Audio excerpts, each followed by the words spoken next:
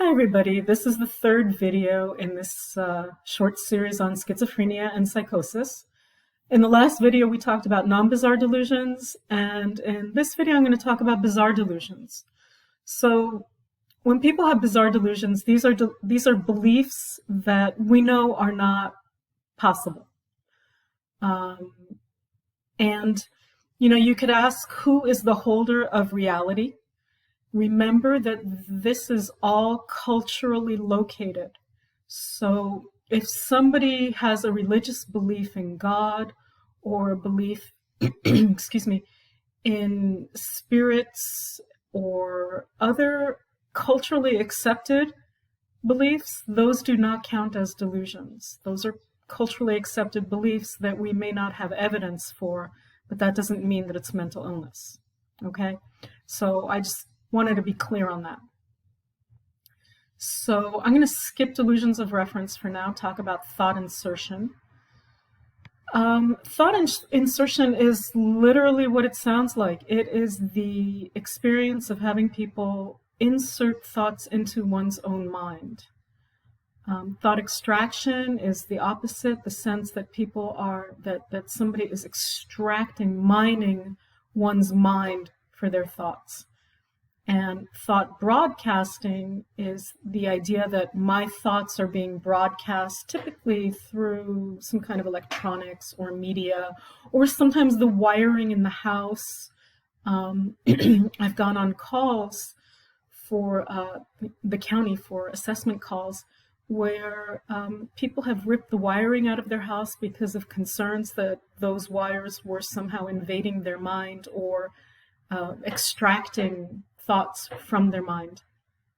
These three together, thought insertion, extraction, and broadcasting, I try to understand as a way of, when I think of psychosis and not being able to tell the difference between maybe the inside experience in the mind and the outside experience in the world, then it makes sense that the boundaries between my mind and the world would be more fluid than typically.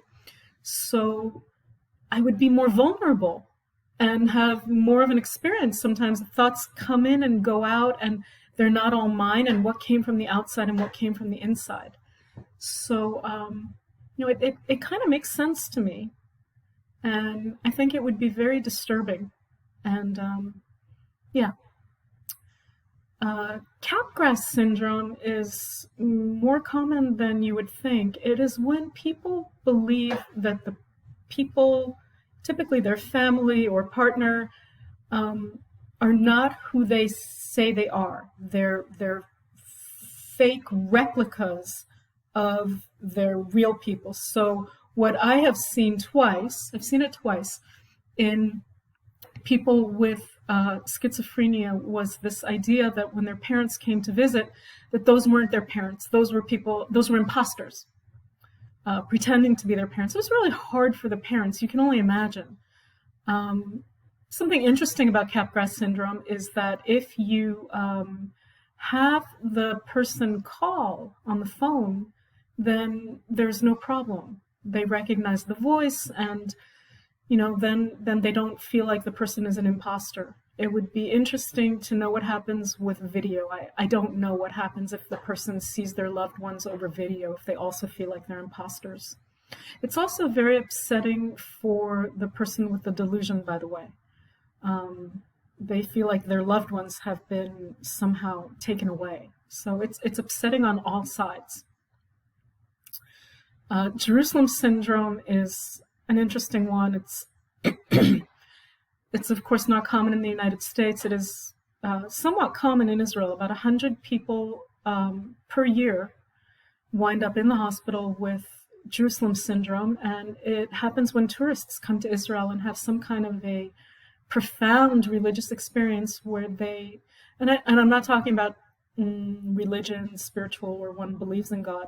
Typically it's more like they believe that they are God, or that they are Christ, or that they have special powers that were given to them by God. And typically it is Jewish, Muslim, or Christian people who have those experiences.